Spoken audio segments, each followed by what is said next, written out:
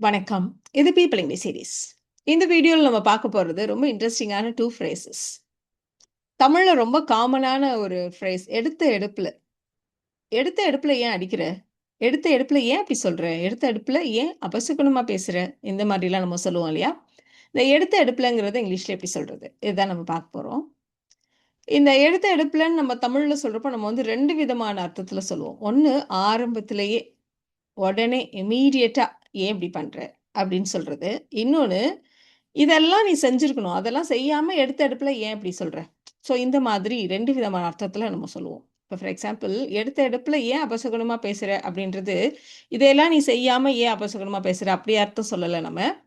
இப்ப நம்ம ஒரு விஷயத்த செய்ய போறப்பவே, இத வேண்டாம் அப்படின்னு தடுக்கிறதோ, இல்ல இப்படி செஞ்சா இப்படி ஆயிடும்னு சொல்றதோ தான் நம்ம வந்து, "ஏன்பா எடுத்த எடுப்புல ஏன் இப்படி அபசகுனமா பேசுற?" அப்படின்னு நம்ம கேட்கிறோம். இல்லையா? ஸோ இந்த இடத்துல ஏன் ஆரம்பத்திலேயே இப்படி சொல்ற? அப்படிங்கிற அர்த்தத்துல நம்ம சொல்றோம். எடுத்த எடுப்புல ஏன் அடிக்கிறேன்னு கேட்குறப்போ, முதல்ல என்ன நடந்துச்சுன்னு கேளு. அவன் மேல தப்பான்னு பாரு. கொஞ்சம் யோசி. எடுத்த எடுப்புல ஏன் அடிக்கிற? அப்படின்னு மீன் பண்றோம். இல்லையா? ஸோ சில ஸ்டெப்ஸ் எல்லாம் நீ விட்டுட்டு, கடைசி ஸ்டெப்புக்கு நீ போயிடுற அப்படின்னு மீன் பண்றோம். ஸோ 2 விதமான அர்த்தங்கள். ஸோ இதுக்கு தான் நாம 2 டிஃபரண்ட் ஃப்ரேசஸ் நம்ம யூஸ் பண்ண போறோம் இங்கிலீஷ்ல. ஒண்ணு jump straight to plus noun இல்லன்னா ஜெரண்ட். அஃப்கோர்ஸ் ஜெரண்ட் ஒரு நவுன் தான் இல்லையா? So jump straight to noun இல்லன்னா ஜெரண்ட். இது கேட்ட உடனேயுமே உங்களுக்கே தெரியும். அப்ப இடையில சில ஸ்டெப்ஸ் எல்லாம் விட்டுட்டு நம்ம வந்து கடைசி ஸ்டெப்புக்கு போயிடுறோம் அப்படின்னா, ஜம்ப் ஸ்ட்ரைட் டூ நவுன் இல்லன்னா ஜெரண்ட் இதை யூஸ் பண்ணுவோம். ஆரம்பத்திலேயே, எடுத்த எடுப்பிலேயே அப்படின்னு மட்டும் மீன் பண்றதா இருந்தா ஸ்ட்ரைட் ஆஃப். இதுதான் நம்ம வந்து யூஸ் பண்ண போற 2 ஃப்ரேசஸ். அதுதான் நம்ம இந்த இடத்துல கன்சாலிடேட் பண்ணி சொல்லியிருக்கோம். ஸோ எடுத்த எடுப்பிலேயே அப்படிங்கிறது ஆரம்பத்திலேயே அப்படிங்கிற அர்த்தம் வேணுமானா, நீங்க வந்து ஸ்ட்ரைட் ஆஃப் அப்படி யூஸ் பண்ணலாம். ஸோ ஸ்ட்ரைட் ஆஃப் ஓட இன்னொரு அர்த்தம் ஆரம்பத்திலேயே.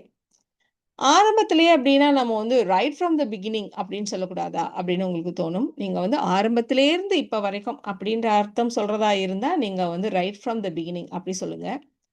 இல்லன்னா அட் த பிகினிங் சொல்லலாமா? அப்படின்னா, ஆரம்பத்தில அப்படின்னு மட்டும் சொல்றதா இருந்தா, அட் த பிகினிங் சொல்லுங்க. நாம இந்த இடத்துல ஆரம்பத்திலேயே அப்படின்னு சொல்றப்போ, நம்ம வந்து ஸ்ட்ரைட் ஆஃப் யூஸ் பண்றோம். ஸோ இந்த ஆரம்பத்திலேயே அதுக்கு ஒரு எக்ஸாம்பிள் பார்த்துட்டு, அதுக்கப்புறம் நம்ம எடுத்த எடுப்புலவே நம்ம கன்டின்யூ பண்ணலாம். இதெல்லாம் வேலைக்கு ஆகாதுன்னு நான் ஆரம்பத்திலேயே அவன்ட்ட சொன்னேன். அப்படின்னு நம்ம சொல்லணும். நான் ஆரம்பத்திலேயே அவன்கிட்ட சொன்னேன். I told him straight off. இந்த இடத்துல ஸ்ட்ரெய்ட் ஆஃப்ன்றது இம்மீடியட்லி உடனே, எடுத்த எடுப்புல, ஆரம்பத்திலேயே இதுதான். So I told him straight off. இது வேலைக்கு ஆகாது. It wouldn't work. I told him straight off that it wouldn't work. இப்போ நாம இந்த எடுத்த எடுப்புல, அதுக்கு எக்ஸாம்பிள்ஸ் பார்க்கலாம். நான் அவன்கிட்ட சொன்னேன். அவன் எடுத்த எடுப்புலயே வேண்டான்னு சொல்லிட்டான். அப்படின்னு நம்ம சொல்லப் போறோம். ஆரம்பத்திலேயே வேணான்னு சொல்லிட்டான். எப்படி நீங்க மீன் பண்றதா இருந்தாலும் சரி. ஸோ அவன் இதெல்லாம் செய்யாம வேண்டான்னு சொல்லிட்டான். அப்படி நீங்க மீன் பண்றதா இருந்தா, நம்ம அடுத்து பார்க்க போற ஸ்ட்ரக்சர நம்ம யூஸ் பண்ண போறோம். பட் நம்ம இந்த இடத்துல சிம்பிளா, ஆரம்பத்திலேயே வேணான்னு சொல்லிட்டான். இந்த மாரி அர்த்தத்துல எடுத்த எடுப்பிலேயே வேணான்னு சொல்லிட்டான். அப்படின்னு மட்டும் சொல்லுவோம். So he said no. வேண்டான்னு சொல்லிட்டான். He said no. எடுத்த எடுப்பிலேயே straight off. He said no straight off. அவ்வளோதான். சிம்பிள். அவ எடுத்த எடுப்பிலேயே குறை சொல்ல ஆரம்பிச்சுட்டா. அவங்க நேத்து என்ன பார்க்க வந்தாங்க. எடுத்த எடுப்பிலேயே குறை சொல்ல ஆரம்பிச்சுட்டாங்க. அப்போ ஷி ஸ்டார்ட்டட் கம்ப்ளைனிங். குறை சொல்ல ஆரம்பித்து விட்டாள். She started complaining. எடுத்த எடுப்பிலேயே straight off. She started complaining straight off. நான் ஒரு யோசனை சொன்னோம். நாங்க ஒரு யோசனைய சொன்னோம். ஆனா அந்த யோசனைய அவன் எடுத்த எடுப்பிலேயே நிராகரிச்சுட்டான். ஸோ ஆரம்பத்திலே வேணான்னு சொல்லிட்டான். நிராகரித்து விட்டான் அப்படின்னு சொல்றதுனால he rejected the idea straight off. He rejected the idea straight off. இன்னொரு எக்ஸாம்பிள் எடுத்துக்கலாம். அவன் என்னை எடுத்த எடுப்பிலேயே அடிச்சுட்டான். அஃப்கோர்ஸ் இந்த இடத்துல நாம 2 விதமான அர்த்தம் சொன்னோம். முதல்ல என்ன ஏதுன்னு கேட்கல, கொஞ்சம் கூட யோசிக்கல, எடுத்த எடுப்புல அடிச்சுட்டான். அப்படி நீங்க வந்து மீன் பண்ணணும் அப்படின்னு நினைச்சீங்களான்னா, நம்ம அடுத்து பார்க்க போறது. நீங்க ரொம்ப சிம்பிளா சொல்லணும் அப்படின்னா, நம்ம சொன்னோம் இல்லையா, சில இடங்கள்ல 2மே வந்து கரெக்ட்டா தான் இருக்கிற மாதிரி இருக்கும். நீங்க என்ன மீன் பண்றீங்களோ, அதுக்கு ஏத்த மாதிரியான ஃப்ரேஸ நீங்க வந்து சூஸ் பண்ணிக்கோங்க. இப்ப நம்ம இந்த ஸ்ட்ரெய்ட் ஆஃப்ன்னு சொல்றப்போ, இது வந்து ஒரு அட்வர்பியல் ஃப்ரேஸ். அப்படி சும்மா சிம்பிளா, இம்மீடியட்லி, ரைட் அவே அந்த மாதிரி மீன் பண்றதுக்கு நம்ம யூஸ் பண்ணிட்டு இருக்கோம். அப்ப he hit me straight off. இதை இன்னொரு ஸ்ட்ரக்சர் வச்சு எப்படி சொல்றதுன்றதை அடுத்து நம்ம பார்க்கலாம். இப்போ அடுத்து நம்ம ஜம்ப் ஸ்ட்ரைட் டு நவுன் இல்லைன்னா ஜெரண்ட் இந்த ஸ்ட்ரக்சரை யூஸ் பண்ண போகிறோம். ஒரு ரியாக்ஷனாக இருக்கட்டும் இல்லை ஒரு ஆக்ஷனாக இருக்கட்டும், ஃபஸ்ட்டு செய்ய வேண்டிய விஷயங்களை செய்யாமல் டைரெக்டாக அதை பண்ணிடுறதுக்கு தான் நம்ம வந்து ஜம்ப் ஸ்ட்ரைட் டு வச்சு சொல்ல போகிறோம். இப்போ நம்ம பார்க்க போகிறது டைரக்ட் மீனிங்கில் சொல்கிற ஒரு எக்ஸாம்பிள், ரொம்ப காமனாக நம்ம சொல்கிற ஒரு எக்ஸாம்பிள். டீச்சர் இருக்காங்களா, அவங்க வந்து எடுத்த எடுப்பில் 5வது சாப்டர் நடத்த ஆரம்பிச்சிட்டாங்க. ஸோ நம்ம என்ன மீன் பண்ணுறோம், இடையில வந்து அஃப்கோர்ஸ் 1லேருந்து 4 வரைக்கும் சாப்டர்ஸ் இருக்குது, அதெல்லாம் நடத்தலை. எடுத்த எடுப்பில் ஆரம்பத்தில் 5வது சாப்டர் நடத்த ஆரம்பிச்சிட்டாங்க. ஸோ அஃப்கோர்ஸ் இந்த இடத்துலையும் ஆரம்பத்தில் எடுத்த எடுப்பில் அப்படி தான் நம்ம சொல்கிறோம். ஆனாலும் நம்ம மீன் பண்ணுறது இதையெல்லாம் விட்டுட்டு அங்கே போயிட்டாங்க அப்படின்னு சொல்கிறது இல்லையா? ஸோ இதை நம்ம வந்து தமிழில் இன்னொரு விதமாக கூட சொல்லுவோம், எடுத்த எடுப்பில் 5வது சாப்டருக்கு தாவிட்டாங்க அப்படி கூட சொல்லுவோம் இல்லையா? ஸோ அதே மாதிரி தான் இங்கேயும் நம்ம சொல்கிறோம். Jump straight to plus noun இல்லைனா ஜெரண்ட்னு சொன்னோம். இங்கே இடத்துல டீச் பண்ணுறதுன்றதுனால டீச்சிங் அப்படின்னு போட்டிருப்போம். She jumped straight to teaching, chapter 5. இப்போ சாதாரணமாக சொல்கிற எக்ஸாம்பிள்ஸ் தான். எந்த இடத்துல ஸ்ட்ரைட் ஆஃப், எந்த இடத்துல ஜம்ப் ஸ்ட்ரைட் டு அப்படின்றதுக்காக இப்போ இந்த எக்ஸாம்பிள் எடுத்துக்கலாம். இப்போ ஒருத்தவங்க குறை சொல்கிறாங்க அப்படிங்கிறப்போ எடுத்த எடுப்பில் அவனை குறை சொல்லாத, முதல்ல என்ன நடந்ததுன்னு தெரிஞ்சுக்கும். ஸோ ஃபஸ்ட்டு இதை செய், அவன் மேலே தப்பு இருந்துச்சுன்னா நீ அப்புறம் குறை சொல்லு, அந்த மாதிரி மீன் பண்ணுறோம். அதனால எடுத்த எடுப்பில் அவனை குறை சொல்லாதே. Don't jump straight to blaming. Don't jump straight to blaming him. அதில் என்ன நடந்துச்சுன்னு தெரிஞ்சுக்கோ. Find out what happen first. Don't jump straight to blaming him. Find out what happen first. ஏன் எடுத்த எடுப்பில் கோவப்படுற, முதல்ல அவகிட்ட என்ன ஏதுன்னு பேசு அப்படின்னு நம்ம சொல்ல போகிறோம். ஸோ ஃபஸ்ட்டு எடுத்தோடனையும் கோவப்படுறது நல்ல விஷயம் இல்லை, நீ முதலில் இதெல்லாம் செய் அப்படின்னு சொல்கிறப்ப தான் ஜம்ப் ஸ்ட்ரைட் டு. ஸோ ஏன் கோவப்படுகிறாய், why do you jump straight to getting angry? Why do you jump straight to getting angry? முதல்ல அவர்கிட்ட பேசு, டாக் டு ஹர் ஃபர்ஸ்ட்.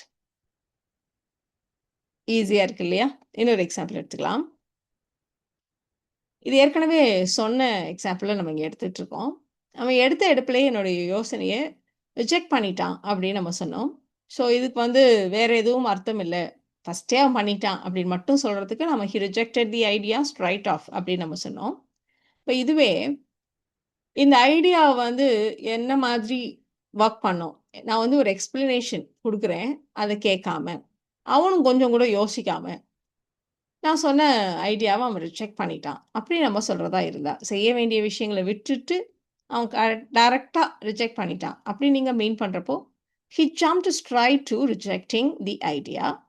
நம்ம இது வந்து ஃபிக்ஸட் ஃப்ரேஸ், ஜம்ப் ஸ்ட்ரைட்டுன்னு இருக்குது, இந்த இடத்துல பாஸ்ட் டென்ஸ்ன்றதுனால he jumped straight to verb plus ing, rejecting the idea without hearing the full explanation.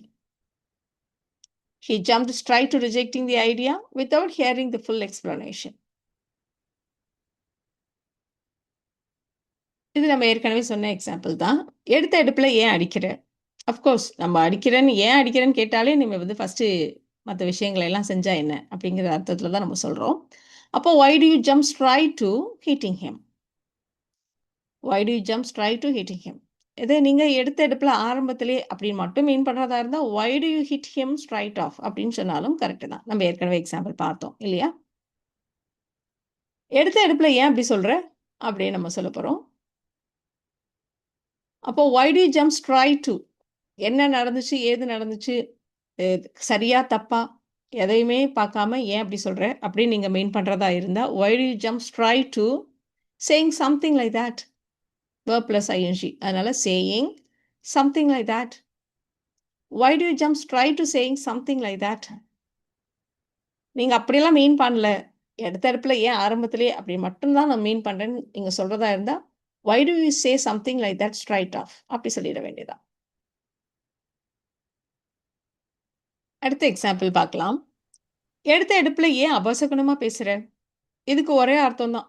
இந்த இதையெல்லாம் விட்டுட்டு ஏன் அபசகுணமாக பேசுகிறேன்னு நம்ம மெயின் பண்ண போகிறதில்ல, ஏன் ஆரம்பத்திலே இப்படி சொல்கிற அப்படிங்கிற அர்த்தத்தில் தான் நம்ம சொல்லுவோம் இல்லையா? ஸோ அதனால் இந்த இடத்துல ஸ்ட்ரைட் ஆஃப் ரொம்பவே கரெக்டாக இருக்கும். அபசகுணம் அப்படின்றத இங்கிலீஷில் எப்படி சொல்கிறது, நம்ம ஆமா ஒரு விஷயத்த இத செய்யலாம் அப்படின்னு சொல்றப்ப, ஆப்போசிட்ல உள்ளவங்க இது வேண்டாம் அப்படின்னு சொன்னா, அத வந்து நெகட்டிவா சொல்றது. ஏன் அப்படி சொல்ற? அபசகுனமா சொல்ற? வேண்டான்னு ஏன் சொல்ற? அப்படி மீன் பண்றதா இருந்தா, நெகட்டிவ் அப்படின்ற வார்த்தையவே நம்ம யூஸ் பண்ணிக்கலாம். இதுவே, "நீ இப்படி செஞ்சா இப்படி ஆயிடுச்சுன்னா?" அந்த மாதிரி சில பேர் சொல்லுவாங்க. இல்லையா? ஸோ அந்த மாரி சொன்னா, "ஏன் அபசகுனமா அப்படியெல்லாம் சொல்ற?" அப்பயும் நம்ம வந்து அபசகுனம் தான் சொல்லுவோம். ஸோ அந்த மாரி சொல்றதா இருந்தா நம்ம ஆமினஸ். ஸோ 2ல எது தேவையோ சிச்சுவேஷனுக்கு ஏத்த மாரி நம்ம யூஸ் பண்ணிக்கலாம். ஸோ ஒருத்தவங்க வேண்டான்னு ஆப்போசிட்டா சொன்னாங்கன்னா நெகட்டிவ். இப்படி தப்பா ஏதாவது நடந்துருச்சுன்னா, அந்த மாதிரி மீன் பண்றதா இருந்தா சோ ஆமினஸ் இப்படி சொல்லிக்கலாம். அப்போ why do you say something so negative? Straight of.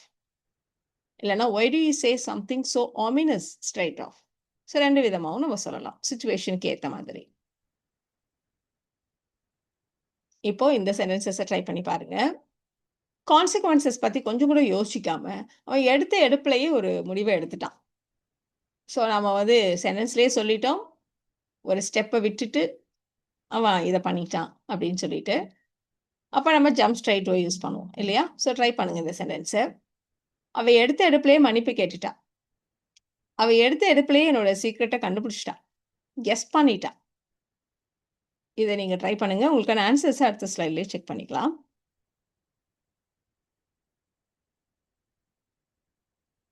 உங்களுக்கான ஆன்ஸர்ஸ் பார்த்துடலாமா?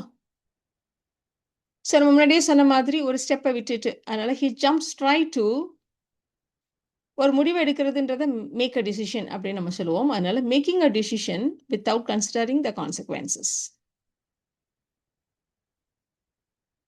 He jumped straight to making a decision without considering the consequences.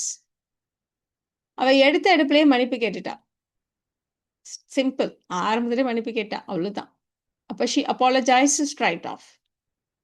அவ எடுத்த எடுப்பிலேயே என்னுடைய ரகசியத்த கண்டுபிடிச்சுட்டா. இத பண்ணாம இத பண்ணிட்டா. அந்த அர்த்தமே இங்க வரல இல்லையா?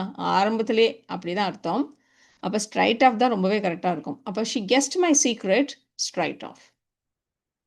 ஸோ இந்த வீடியோல நாம எடுத்த எடுப்பிலேயே அப்படின்னு சொல்றதுக்கு straight off and jump straight to எதை எங்க யூஸ் பண்ணணும் அப்படின்றத தெரிஞ்சுக்கிட்டோம். இந்த வீடியோ உங்களுக்கு யூஸ்ஃபுல்லா இருக்கும்னு நினைக்கிறேன். Thank you so much.